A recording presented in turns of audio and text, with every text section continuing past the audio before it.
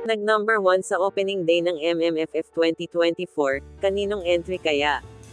Ibinahagi ng Showbiz Insider na si OJ Diaz ang pinakabagong update tungkol sa Metro Manila Film Festival, MMFF 2024.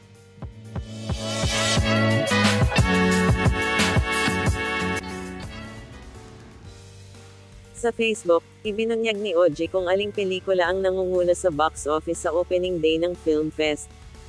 Ayon daw sa source niya, kasalukuyang number 1 sa takilya ang pelikula na pinagbibidahan ni Vice Ganda na, ang The Breadwinner Is. Wala pa daw sa kalahati ng gross nito ang #2 nung opening day nito nung Pasko, say ng entertainment columnist sa Post. Kasunod niyan, ibinahagi ni OJ ang ranking ng iba pang official entry. Pumapangalawa sa box office ang The Kingdom, na pinagbibidahan ni Vic Soto at Piolo Pascual. Nasa ikatlong listahan ang Espantajo, ni Judy Ann at Lorna Tolentino. Pang-apat ang Uninvited, ni Vilma Santos, Aga Mulak at Nadine Lustre. Habang panglima ang Green Bones, ni Dennis Trillo at Ruro Madrid. Ang bumubuo naman sa top 10 ay ang mga pelikulang Topek, My Future You, Strange Frequencies, Hold Me Close, at Isang Himala. Wika ni OJ sa FB, kung totoo man ito, congrats. Kung hindi, paki-correct na lang ang ranking kung mali ang source ko.